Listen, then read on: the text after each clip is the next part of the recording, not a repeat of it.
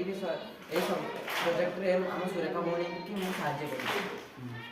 नमस्कार मु श्री अविनाश बेहरा मु सरकारी विद्यालय छात्र मु यही प्रोजेक्ट रे आमर सुरक्षा भवन को साहाय्य करूँ।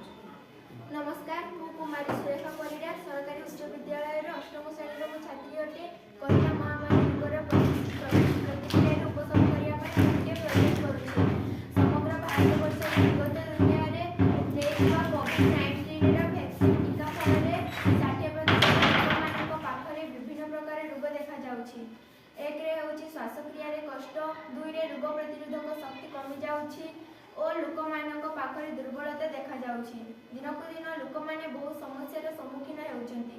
विशेषकर बहु लोक हृदघात रोग रे आक्रांत होउछन्ति। कोरोना महामारी रोगर उपचार पाई आमे देशी आयुर्वेदिक चिकित्सा करी विभिन्न रोगर रक्षा करिया पाई निंब गछर पत्र को सुखाई गुंड करी खाइले विभिन्न प्रकार रोगर मुक्ति पाइबा।